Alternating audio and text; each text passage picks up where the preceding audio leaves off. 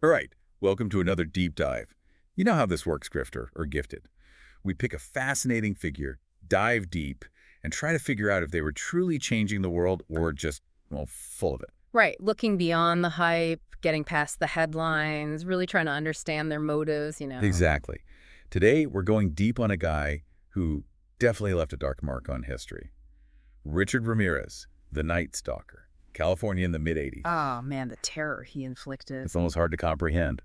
But that's our mission, right? Trying to understand how someone becomes the Night Stalker. We've got court documents, tons of witness testimonies, even some chilling quotes from Ramirez himself. Oh, and we can't forget that blog. What was it called? Expendable for a Cause? Yeah, spendable for a cause they claim to present the defense's omitted arguments. Could be some really interesting stuff there. Challenging the official narrative. Love that. Absolutely. So picture this. California, 1984, 1985. People are terrified to leave their homes at night. This serial killer is breaking in, leaving a trail of brutality and satanic symbols. It was like something out of a horror movie, the randomness of it all. No one felt safe. Right, because there didn't seem to be any pattern to his victims. Yeah.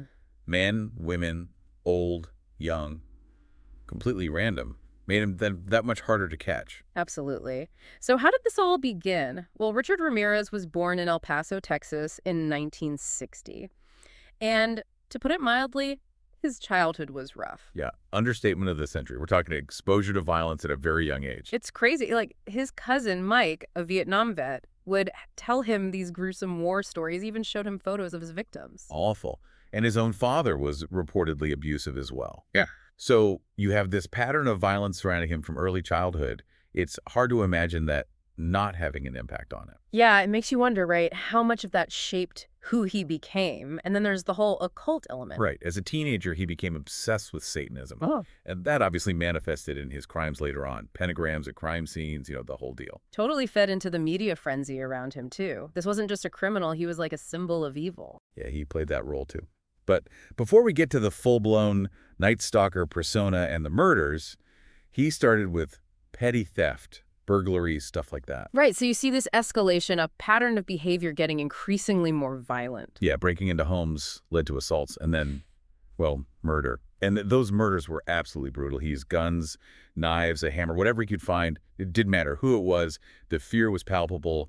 Everyone in California was on edge. It's like, how do you stop someone who seems to choose their victims at random? The pressure on the police must have been immense. So how did they finally catch him? You're not going to believe this. This guy who terrified an entire state, he was brought down by a group of everyday citizens. What's it? Seriously? No, I'm serious. August 1985, Ramirez is trying to steal a car, and some people recognize him from the news. No way. They chase him down, beat him up until the cops arrive. Wow. Talk about vigilante justice. Crazy. Yeah. But even after getting caught, he kept playing the Night Stalker role, almost enjoying the attention. Oh, totally. Remember that picture of him in court, flashing the satanic hand gesture, those quotes he'd throw around, see you in Disneyland, all that? He was creating a persona, a legend. And then Yeah. you have Doreen Leoy, a successful magazine editor, falls in love with this guy while he's on death row, even married him in '96. Hard to wrap your head around that one. She genuinely believed in his innocence. It just shows you the human psyche is a complicated thing. Yeah, what draws someone to a figure like that? It's wild. And of course, her family was devastated. Totally understandable. Her twin sister even spoke out publicly about it, how painful it was for them. And then there's that twist in 2009. DNA evidence linked Ramirez to his first known murder, a 9-year-old girl. And that's when Leoy seems to vanish. Like she finally had to face the truth. It's a crazy dramatic turn in an already crazy story. But there's one more layer here, something that really makes you question everything. That blog we mentioned, Expendable for a Cause. Right. Claiming to present the defense's omitted arguments from the trial. Could be a game changer. Basically, they're not saying Ramirez was innocent, but they're pointing out potential holes in the case against him. Okay, now this is where it gets really interesting. Let's dive into this blog and see what they have to say. Because maybe, just maybe, Richard Ramirez wasn't the mastermind everyone thought he was. Okay, so this blog, it dives into some pretty wild theories. One of the big ones is this idea of, what do they call it? Illegal logistics. Something like that. Illegal logistics, what does that even mean? Basically, they're arguing that physically, Ramirez couldn't have been at the scene of some of the crimes? Wait, hold on. Are we talking about time travel here? How could he be in two places at once? Not quite time travel, but the timeline gets pretty tight. They specifically look at the night of May 29th, 1985. Okay. So that night, Ramirez was allegedly seen by his father and a family friend in El Paso, Texas, his hometown. Right, right. But that same night, he's also supposed to have committed these brutal attacks in Los Angeles, like over 800 miles away. Well, that's a long way. Yeah, even if he hopped on a plane right after being seen in Texas, it's super tight. Land, find a car, commit these crimes, and maybe even get back to Texas, all in one night. Yeah, that seems pretty impossible. Right. So either he had a teleportation device or maybe he had help, like an accomplice we never heard about. Interesting. But didn't they say something about the crimes not even matching up? Yeah, the blog argues that the lack of a consistent MO, like a specific way of doing things, suggests that maybe not all of these crimes were connected. Like maybe there was someone else committing similar crimes at the same time and they got lumped in with Ramirez's. Whoa, so they're saying maybe it wasn't all him. That's one interpretation. They really go case by case, looking for inconsistencies. For example, remember the attack on Abel Bell and Florence Lang? Oh yeah, that one was awful. So no fingerprints on the hammer that could definitely tie it to Ramirez. And they question where some of the hair found at the scene came from. What about that pentagram, though? Drawn on Abel Bell's leg? I mean, that seems like a pretty clear sign, right? It definitely played into the whole satanic panic thing, but the blog points out correlation doesn't equal causation. Just because a pentagram was there doesn't automatically mean Ramirez drew it. Huh, good point. So they're saying the physical evidence isn't all there. But what about eyewitnesses? People must have seen him, right? That's where it gets even weirder.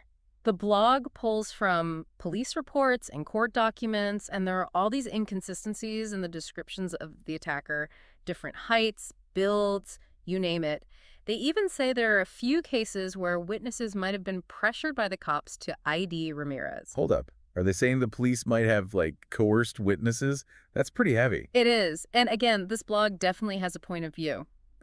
But even if you disagree with them, the information they present makes you wonder about the investigation, about how evidence was handled. It's kind of mind-blowing. Like, I thought I knew the story of Richard Ramirez, but this is making me rethink everything. Right. It shows how powerful a narrative can be, even if it's not totally accurate. So we've got doubts about the physical evidence, the eyewitness accounts, but there's still Ramirez himself. His personality, his beliefs, those chilling quotes, big deal, death comes with the territory, evil has always existed.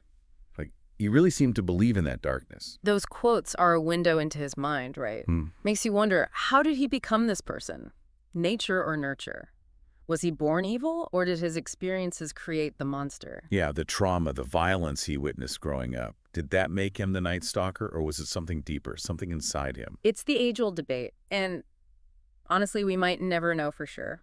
Probably a mix of both, right? A perfect storm of factors. It makes you wonder, like, if he'd had a different life, would he have still gone down this path? Was it inevitable? That's the question, isn't it? It's about nature versus nurture and how those forces shape who we become. Okay, so we've got this tangled web of narratives, the official story that led to Ramirez's conviction, and then the Expendable for a Cause blog raising all these doubts about the investigation. So where do we go from here? What do we do with all this? This is where you come in, listener. We've laid it all out, the good, the bad, the confusing. Now it's up to you to sift through it. Weigh the evidence, consider the different sides, and come to your own conclusions about Richard Ramirez. Exactly. We're not here to tell you what to think. We want to give you the tools to think for yourself. Remember, history can be biased. Especially in a case this big, it's important to look at what might have been ignored or suppressed. Right on. So, as we wrap up this part of our deep dive, take a second to think. What stands out to you? What questions do you still have? Because in the final part, we're going to tackle the big question. Grifter or gifted? Was Richard Ramirez a master manipulator? Or was he, like the blog says, a troubled soul who got lost in the system? We'll explore all that and more as we continue our deep dive into the world of Richard Ramirez. Okay, so we've gone through a lot.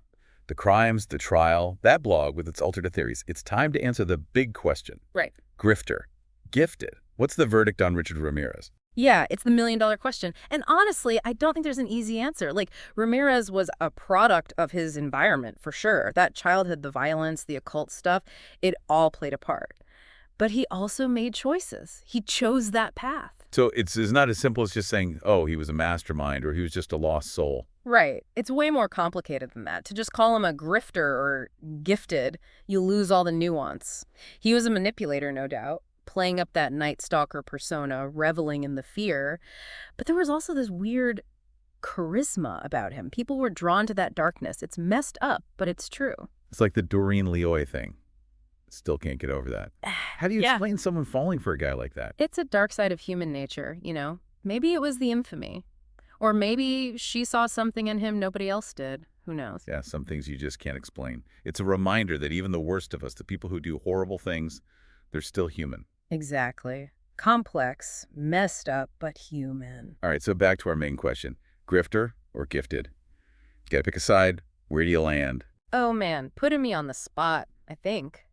It's more about seeing both sides. He was definitely a manipulator, capable of terrible things, but he was also cunning, smart. He evaded capture for a long time. So maybe it's not about picking a side. Maybe it's about accepting that he was both charismatic and brutal, intelligent and deeply disturbed. Exactly. He didn't fit in a neat little box. And that's probably why we're still talking about him, you know? He represents that dark part of humanity, the potential for evil that's in all of us.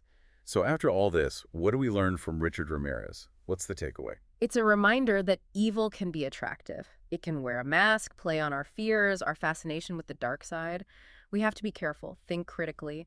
Don't just accept what we see on the surface. We can't let stereotypes or media hype dictate how we understand something as complex as human nature. Right. And this case also shows you how flawed the justice system can be. The bias, the media circus.